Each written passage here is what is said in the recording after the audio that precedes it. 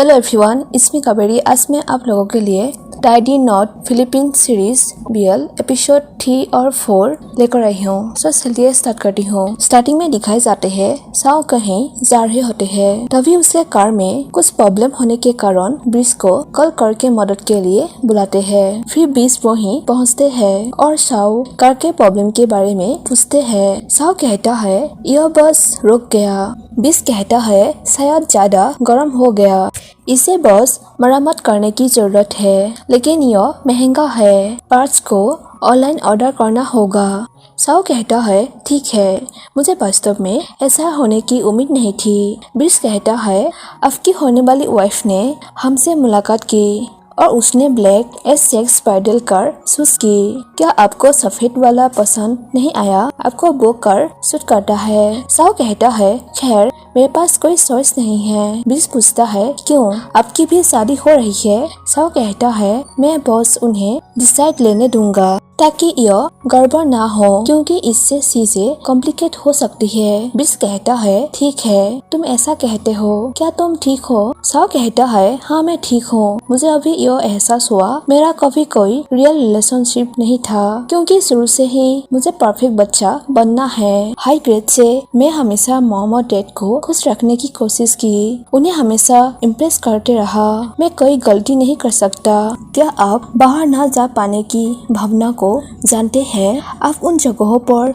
नहीं जा सकते जहां आप जाना चाहते हैं। मैं स्वतंत्र नहीं हूँ, इसलिए मेरा कभी कोई सच्चा दोस्त नहीं रहा। ब्रिज पूछता है क्या आप सिर्फ एक दोस्त की तलाश में हैं? यदि आप केवल एक दोस्त की तलाश में हैं, तो मैं अभी यही हूँ। फिर ब्रिज को जॉर्जिया के साथ दिखाए जाते हैं। यहाँ ब्रिज पूछता है तुम्हें कैसे पता चलेगा अगर तुम पहले ही किसी के प्यार में पड़ चुके हो? जॉर्जिया कहती है क्यों पूछ रहे हो? ब्रिज कहता है बस जानना चाहता हूँ, यदि आप खुश है और उस व्यक्ति के साथ समय बिताने का आनंद ले रहे हैं तो क्या ये प्यार है? जॉर्जिया कहती है क्या आपको नहीं लगता कि यह सिर्फ एक मुंह है? इसके अलावा क्या आप जानते हैं कि वो शादी कर रहा है? ब्रिज कहता है हाँ मुझे पता है। जॉर्जिया कहती है यह अच्छा है कि आप जानते हैं। ब्रिज पूछता है क्यों, क्या दोस्त बनना गलत है? जॉर्जिया कहती है अगर ये सिर्फ दोस्त है तो इसमें कोई बुराई नहीं है। मैं गे हूँ, इसलिए मुझे पता है कि तुम क्या कर रहे हो, इसलिए मेरे साथ इस बारे में बात कर सकते हो। लड़कों और गे के बीच दोस्ती सबसे बड़ा घोटाला है। याद रखें, एक बार जब आप प्यार में पड़ जाते हैं तो उसके खिलाफ जाना मुश्किल होता है। मैं बता रहा हूँ। ब्रिज पूछता है रुको, क्या तुम गे हो? मुझे लगा कि तुम एक लड़की हो। जॉर्जिया कहती है यही कारण है कि तुम मेरे पसंदीदा हो। फिर हमें लुइस के साथ वही लड़की दिखाई जाती है। लुइस साओ के बारे में कहती है वो बहुत मासूम है। हाँ, उसे कुबारा रहकर भी कोई दिक्कत नहीं है जब तक सही व्यक्ति साथ नहीं आता।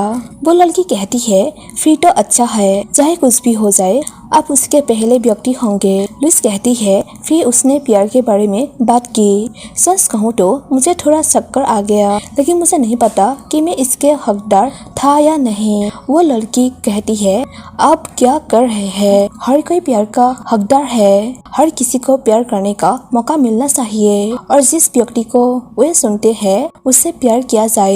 लुइस कहती है बिल्कुल, इस सिचुएशन में हमारे पास कोई सोच नहीं है। वो यहाँ है, लेकिन उसने मुझे नहीं सुना। जैसे वो आंख मूंद कर अपना प्यार किसी को अर्पित कर रहा हो, मेरी तरह। यह कैसे हो सकता है? वो लड़की कहती है किसने कभी कहा कि प्यार जायज है? अगर आप प्यार में हैं, आपको कभी भी उतना प्यार नहीं मिलेगा।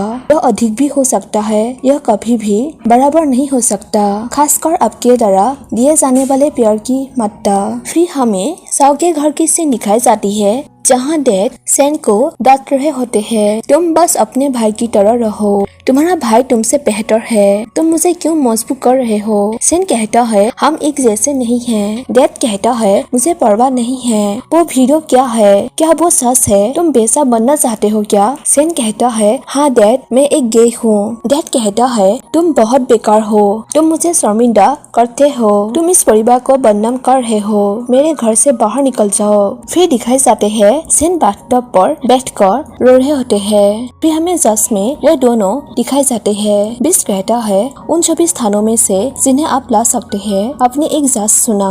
साओ कहता है मैं हमेशा यहाँ होता हूँ, यह जज मेरे लिए बहुत इम्पोर्टेंट है, इसलिए मैं तुम्हें यहाँ लाया हूँ। ब्रिस पूछता है क्यों? साओ कहता है क्योंकि यह वो जज है जहाँ मैं पे करता हूँ जब भी मुझे कोई समस्या होती है और जब भी मुझे किसी चीज की जरूरत होती है। जैसे बोर्ड एग्जाम में अपना पहला टेक पास कर गया। ब्रिस कहता है तुम बहुत स्मार्ट हो, तुम्हारे के लिए अच्छा है, मैं तो बस एक ड्रॉप आउट हूँ। साओ पूछता है तुम्हें क्या हुआ? ब्रिस कहता है मेरे पेरेंट्स जल्दी मर गए एक एक्सीडेंट में, इसलिए मैं ही वो व्यक्ति हूँ जो हमारे बिजनेस का मैनेज कर रहा हूँ। एक ही समय में बिजनेस और स्टडी करना मुश्किल होता है, मेरे पास समय नहीं था। फिर दोनों साथ काफी अच्छा टाइम स्पेंड करते हैं। दूसरे तरफ रास्ते सेन को धमकाते हैं कि तुम 3 दिनों के अंदर मेरे पैसे वापस कर दो, नहीं तो तुम्हारे वीडियो सभी देखेंगे। सीन चेंज होती है। लुइस साओ से कहता है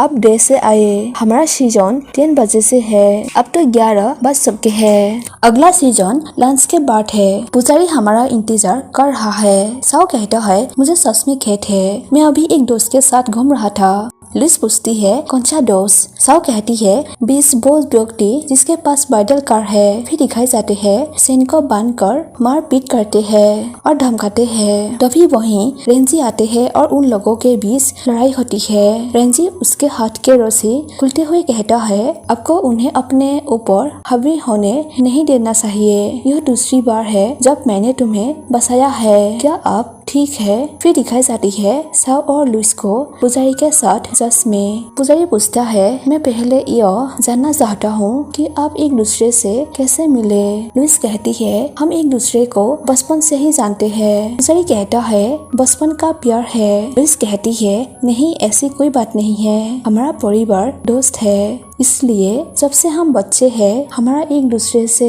विवाह करना तय है, लेकिन उस समय हम रिलेशनशिप में नहीं थे। पुजारी पूछता है वो कैसे हुआ? साओ कहता है हमारी शादी तय हो गई है। पुजारी पूछता है लेकिन क्या आप दोनों शादी करने के लिए तैयार है और क्या आप एक दूसरे से प्यार करते हैं? लुइस कहती है हाँ, हम प्यार में हैं। साओ कहता है प्यार सीखा जा सकता है ना?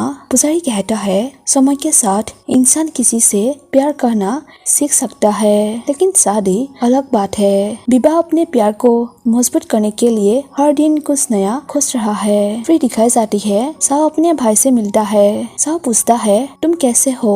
सेन कहता है मैं ठीक हूँ, मेरे घाव भी अब ठीक हो रहे हैं। साओ कहता है मुझे आपके साथ न होने का बहुत अफसोस है, मुझे खेद है कि जब तुम्हें मेरी जरूरत थी तब मैं वहाँ नहीं था। मैं भाई हूँ लेकिन मैं तुम्हारे लिए वहाँ नहीं था। सेन कहता है तुम सही हो, तुम मेरे लिए वहाँ नहीं हो। साओ कहता है लेकिन मैं अब यहाँ हूँ, क्या मैं तुम्हें गले लगा सकता हूँ? फिर दोनों गले लगाकर कहता है मुझे बहुत खेद है भाई। सेन कहता है आपको माफी मांगने की जरूरत नहीं है, आपने कुछ भी गलत नहीं किया, मैं गलत था। साओ कहता है मैं वास्तव में माफी चाहता हूँ, लेकिन मैं अभी यहीं हूँ, मैं तुम्हें फिर कभी नहीं छोड़ूंगा, मैं तुमसे बहुत प्यार करता हूँ। सेन कहता है मैं भी। फिर साओ और लुइस को दिखाई जाती है।